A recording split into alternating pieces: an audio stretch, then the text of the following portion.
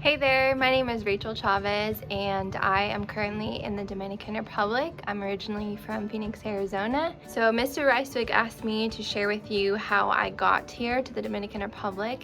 And did I want to be a missionary? No, that was not anything that I had ever thought of doing, and so I'm excited to share with you guys a little bit about how the Lord called me to come to the Dominican Republic, what our calling is like as Christians who are called to serve Him also, and hopefully in hearing my story and how the Lord brought me to the Dominican Republic, it maybe inspires you to listen to the Lord and to follow Him wherever He leads you to. So growing up, I grew up going to church, and I went to a church called Calvary Community. If you've heard of it, it's the big one with the star. I went there from when I was born until I turned 17. So I grew up going to church, and I remember hearing in Sunday school that you should ask the Lord to come into your heart. And so when I was about 6 or 7, I asked the Lord to come into my heart, to save me, and to be with me forever. And so I accepted the Lord at that age, and then I was baptized pretty shortly after that. Growing up, I just always was really shy. I never wanted to be the person in front of the spotlight. I never wanted people's eyes on me. I didn't want to be a leader in anything. And so that was just how I liked it. I really wouldn't talk to anyone that wasn't in my family either. The Lord has called me to do different leadership positions, or has put me in different leadership positions throughout my life that have clearly been from Him, because me being a shy, introverted child or young person, I would not have wanted to or have put myself in those positions. And so I remember when I was in middle school, around 7th, 8th grade, I decided that I wanted to hold a See You at the Pole day at my school. So if you've heard of See You at the Pole day, it's a day when people from school, students, staff, anyone who wants to can go around the pole, gather in the morning before school day, and they pray over the school. They pray over the nation, they pray over the school and its students. So we had See You at the Pole day. I organized it, and a bunch of students showed up, some staff members, and it was really special. And I remember praying that day for a math test that I was going to have later that day, and math was really hard for me when I was in middle school, high school, and so I remember praying for that test. Got the results back later that week. I had gotten 100% on my math test, and I just remember being like, wow, God really listens to my prayers, and He's real and He's here. And so I just continued on with life. I went to church basically because my family always went to church, and it was just something that we did on Sundays, and sometimes on Wednesday nights I would go to youth group also. When I was in high school, things in the Bible actually started making sense to me. I started really connecting with the Lord, and I was also part of a student leadership team at my youth group in church, and really just enjoyed being a part of that. Then when I graduated high school, I ended up moving to Iowa to go to a small private liberal arts college there, and it was because I had gotten a volleyball scholarship to go there, so I decided to go. It was really far away from my family the first time I had lived without them, and so I went. That first year was really hard. I didn't know any other Christians. I felt really alone. I started going to a church in the town, that Methodist church that I had no connections to. Just every Sunday, would take me to church with them because I didn't have a car, and I was the only young person, the only student from the university that would go to that church. I just remember feeling like I just couldn't believe that I was the only Christian at this school. I continued on the rest of the school year just thinking that maybe I would transfer back to somewhere in Arizona that was a Christian college. And at the end of my freshman year, it was the last weeks of the school year, a friend of mine invited me to a Bible study at his apartment, and there was only 4 of us. And I remember going and just being like, this is what I've been missing, is fellowship and being with other people my age that were Christian and that loved the Lord and wanted to learn more about Him. And that loved the Lord and wanted to learn more about Him. And so I went home to Arizona that summer for summer break, and I just really felt like the Lord talking to me and asking me to be bold. And so when I went back for the fall semester, I decided to be bold and to follow the Lord's pushing and His encouragement to start something. And so I reached out to a couple of friends of mine, and we started a Bible study in my dorm room. There was 5 of us girls. We crammed in that little tiny dorm room, and it was so fun and like filled my heart so much. And so then we just continued to meet from there. We grew and we weren't able to meet in my dorm room anymore because there wasn't any more room. And so we started meeting in one of the girls' apartments. She started going to a church in the next town over. We started meeting in a couple from that church's house off of campus, and we met there for about a year and a half.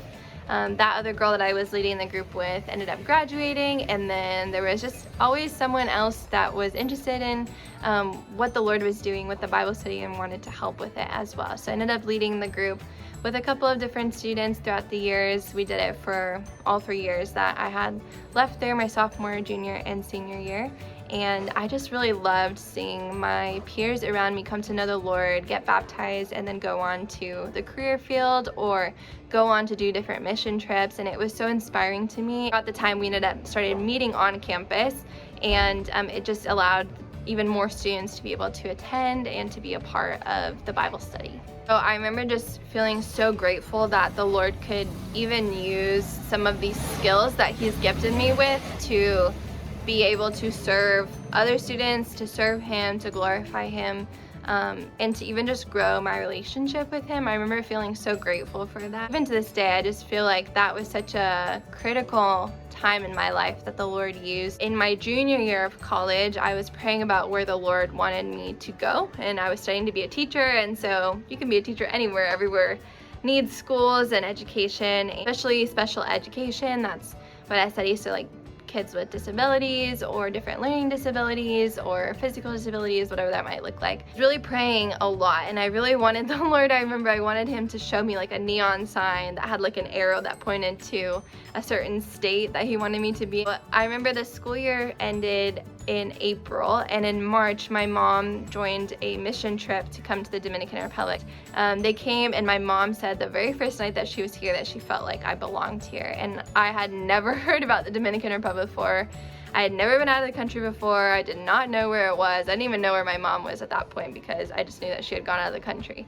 And so I remember her texting me from here, and she said, "I really think you belong here." When she had told me there was an internship program that would allow me to come to the Dominican Republic and to serve for 6 weeks during the summer, I was like, that sounds great to me. Maybe this is where the Lord wants me to go, but I really wasn't sure still. They emailed me right away and they said, "Sorry, Rachel, you're really far past the deadline to apply, but you can come next summer for the internship, or you can apply to be a full-time missionary." And I was like, well, that's not great because next summer I will have already been graduated. I'd like to know what I'm doing. To be a full-time missionary, like I've never even been out of the country. Like, how do I even know what I'm going for? So that night after I got that email, I was just kind of feeling like bummed about it, and I went to Bible study. I was talking to the pastor at Bible study from the church that I had started going to, and his family and this other couple, they had started helping us with Bible study. During the prayer request time at Bible study that night, I remember telling him that I had contacted Kids Alive about this internship and that they had said no. And my pastor said, "You should ask again."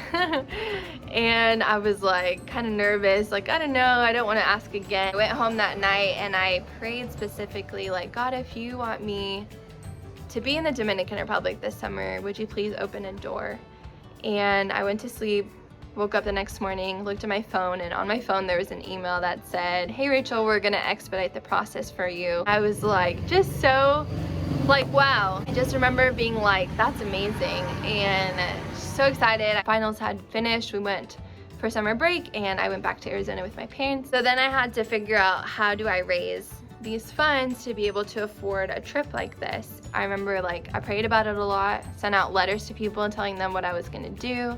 I hosted this huge garage sale where I collected people's things that they wanted to get rid of, and I sold them. More than anything that I could have done, the Lord was to open the door, and really in a month I was there in the DR. And so it was like a month's time since I had turned in this application and gotten all of the things ready and gotten all of the funds, and then I was in the Dominican Republic. Came to the DR for 6 weeks, served in a role teaching preschool class and then helping teach volleyball in the afternoons as well to some of the older kids. There was a student from the school that passed away, and the director from the school who I was supposed to stay with for the summer ended up having open heart surgery.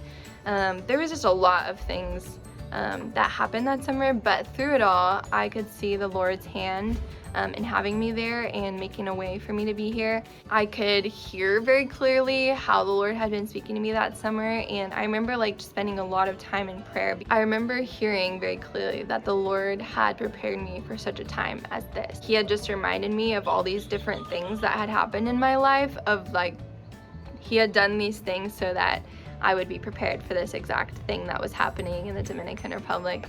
And just was so sweet to be able to speak with him and pray with him and talk with him and to hear him respond. And so at the end of that summer, I had a meeting with the directors, and they kind of asked how my summer went, and I was the only one out of the whole group of interns that had come that summer that said, yes, I want to come back. So I went back to the States, and that was hard because I had just felt like I was leaving a piece of my heart in the Dominican Republic. I went back to the States and finished my last year of college, all while I was applying to be a missionary with Kids Alive, and I was searching for different churches who would support me and different people who wanted to be on my support team, because as a missionary you usually have to raise your own funds, and so that means churches or families or people that you know that are willing to support you either monthly or yearly. And so I was doing a lot of that while I was studying and student teaching and everything like that. And the last couple weeks of my senior year, COVID started. And so I remember my parents flew to Iowa, picked me up really quickly. We drove all the way back to Arizona with as much stuff as we could cram in my car. And that was a really hard season. I mean, for all of us, we were trying to figure out what was happening in the world, and we were all just, confined in our houses. But even then, I could see that the Lord really was calling me to the DR. And I always say that when it's the Lord calling you to do something, it's more than just wanting to do something. It feels like you need to do it. Even if you don't want to do it, it's you need to do it kind of thing. He's very clear in that way. And so I spent all of 2020 studying Spanish and trying to get as fluent as I could in that, and then doing different missionary trainings and trying to just do all the things that I could to get ready so I could be there as quick as I can. January of 2021, I remember it was January 14th, I moved here.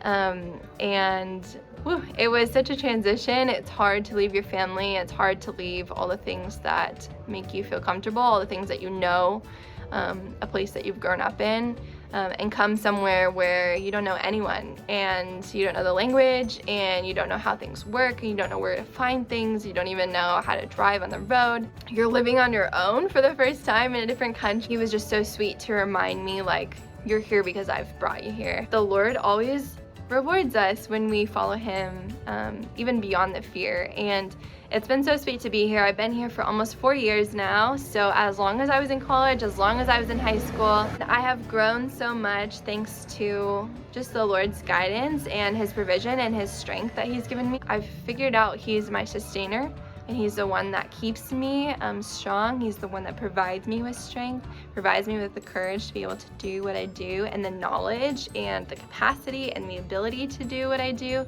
and to serve the kids that I serve, and to be in a place that sometimes can be really difficult.